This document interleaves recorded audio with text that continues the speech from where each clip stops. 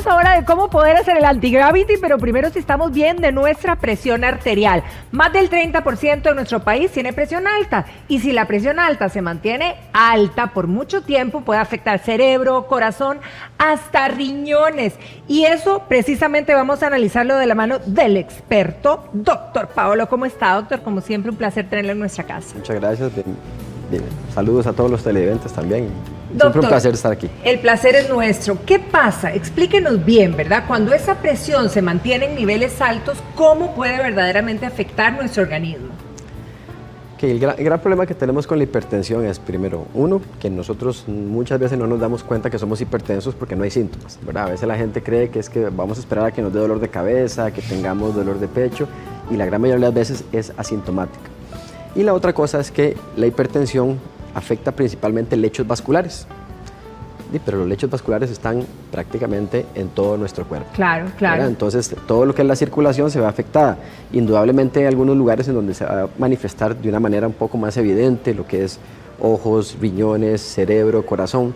Pero bueno, en general no estamos exentos todo el lecho vascular, ¿verdad? Ahora, cuando oímos de alguien, ¿verdad?, que padece de la presión y dice, tuvo un sobonazo de presión, ¿cómo puede afectarnos eso que se dispare y que de repente te dicen, tengo 170 de presión? Claro, bueno, indudablemente los subonazos de presión o las crisis hipertensivas son más frecuentes en hipertensos que en no hipertensos, ¿verdad?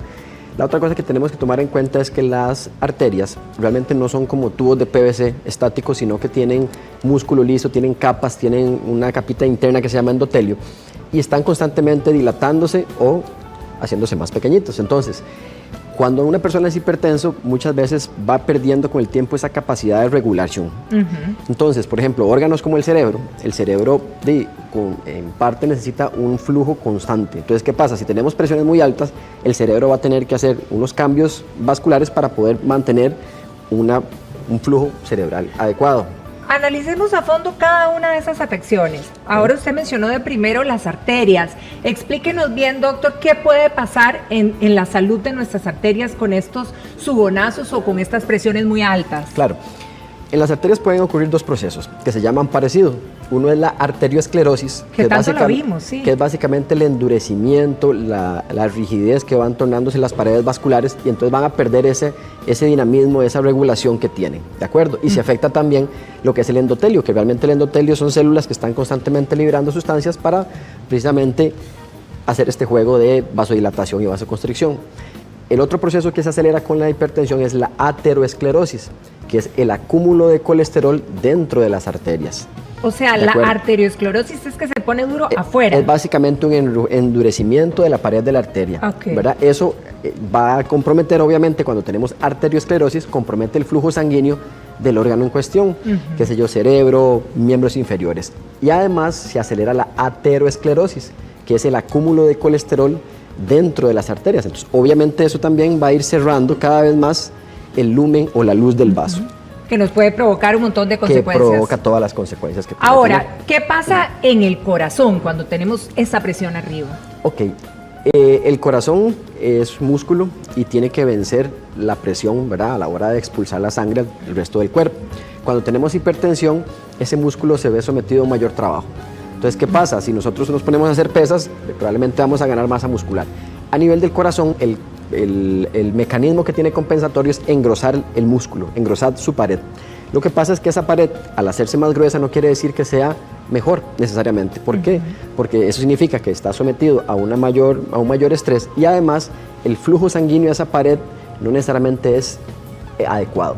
Y ahí surge un término que va a ser casi que afín, y lo vamos a explicar de una vez a cualquiera de las otras cosas, que es la isquemia, que es cuando hay un desbalance en el aporte de oxígeno y en el consumo de oxígeno. Entonces, ¿qué pasa? Si yo tengo un músculo cardíaco que es más grueso, voy a necesitar más oxígeno, pero no necesariamente ese crecimiento va acompañado de mayor aporte. Entonces, eso nos puede condicionar isquemia de ese músculo cardíaco, que con el tiempo ese músculo, que en su momento fue grueso, se va dilatando, se va adelgazando, y ahora sí, ya el corazón entra en lo que se conoce como insuficiencia cardíaca, que es que hay una un compromiso importante en la contractilidad del corazón. Ahora, doctor, que menciona esto, ¿qué pasa con esos coágulos que oímos que se forman, verdad, en las arterias y que incluso pueden llegar hasta el cerebro? Sí, los coágulos básicamente están originados por el proceso de ateroesclerosis, ¿verdad? Que cuando tenemos, la que se taponea. La que se taponea. Cuando tenemos una placa de colesterol, esa placa no es como un sarro que es estático, sino que es una plaquita que está cubierta por una capa de células y esas células están constantemente liberando sustancias inflamatorias.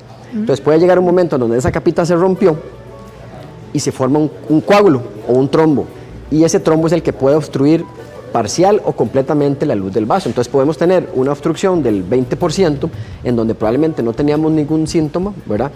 Pero de un momento a otro, al romperse esa capita, se nos tapa toda la luz del vaso y ahí es donde vienen lesiones como los infartos, por ejemplo. Ahora, hablamos también, y lo habíamos mencionado al puro principio, de los riñones, que uno dijera, bueno, ¿qué tienen que ver los riñones con todo esto? Lo que pasa es que vamos a lo mismo. Si tenemos que el común denominador que se afecta en la hipertensión es el lecho vascular, los riñones también tienen un flujo muy importante. O sea, desde el punto de vista de masa, ocupan un 4 o 5% de todo el tejido del cuerpo, pero requieren un flujo de aproximadamente un 20%. Entonces es un tejido que es altamente vascularizado.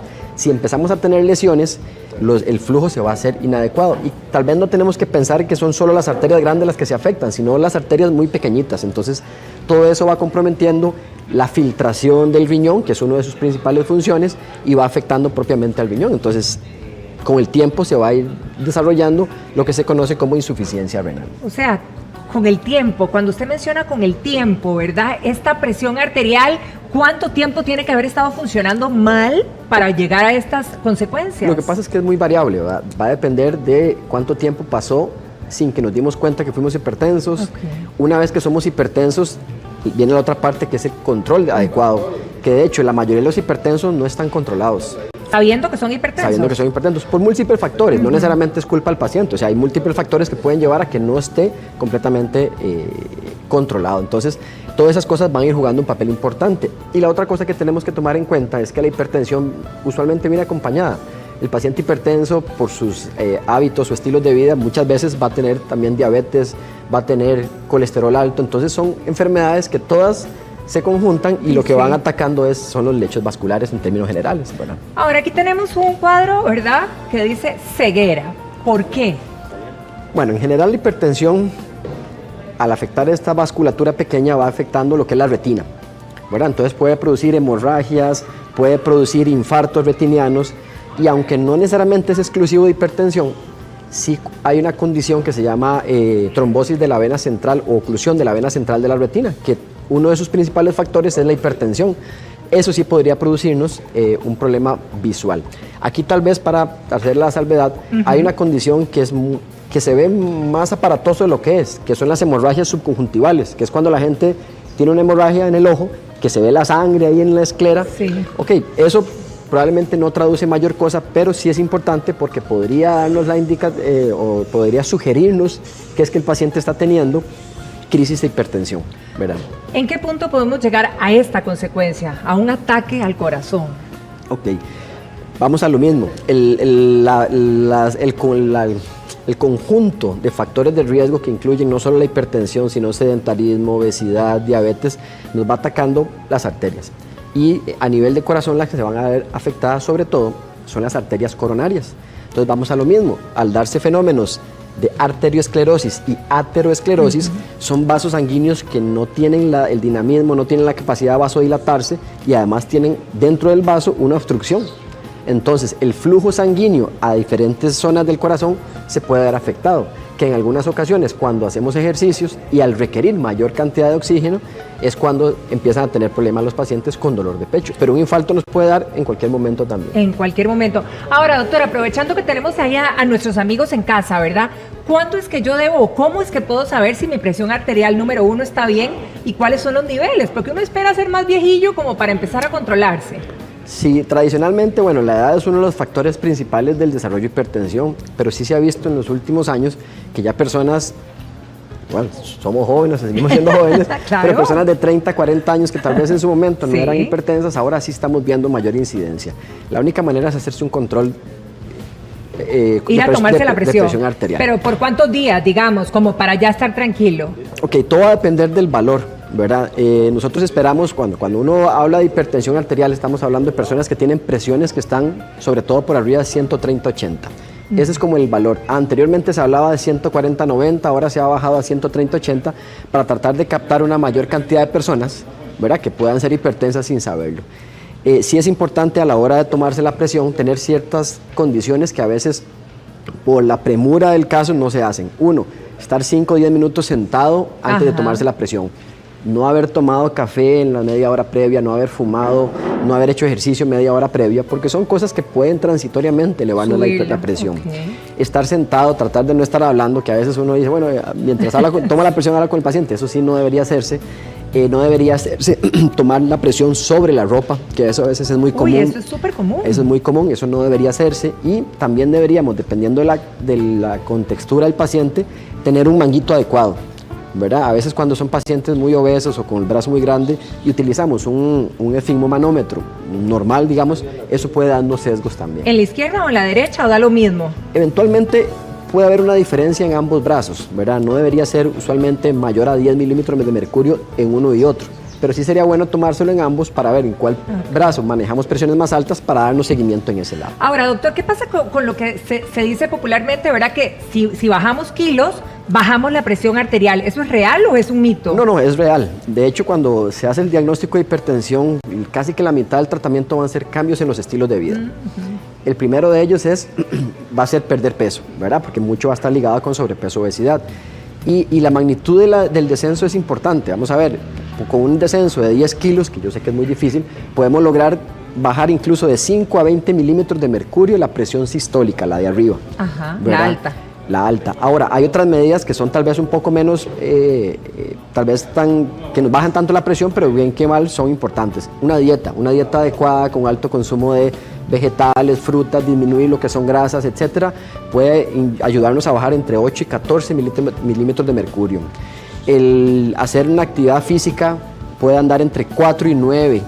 El dejar de comer sal puede bajarnos entre 5 y 8. Wow. El consumo moderado del alcohol en gente que toma más alcohol de la cuenta puede incluso bajar de 2 a 4. Entonces vea que si sumamos fácil podemos bajar 25 milímetros de mercurio, así como a grosso modo, con solo hacer algunos cambios en el estilo de vida. Y esas eran las recomendaciones que quería que usted le brindara a todos nuestros amigos. Doctor Paolo Duarte, como siempre, muchísimas gracias por compartir esta mañana con nosotros. No, gracias a ustedes por invitarme.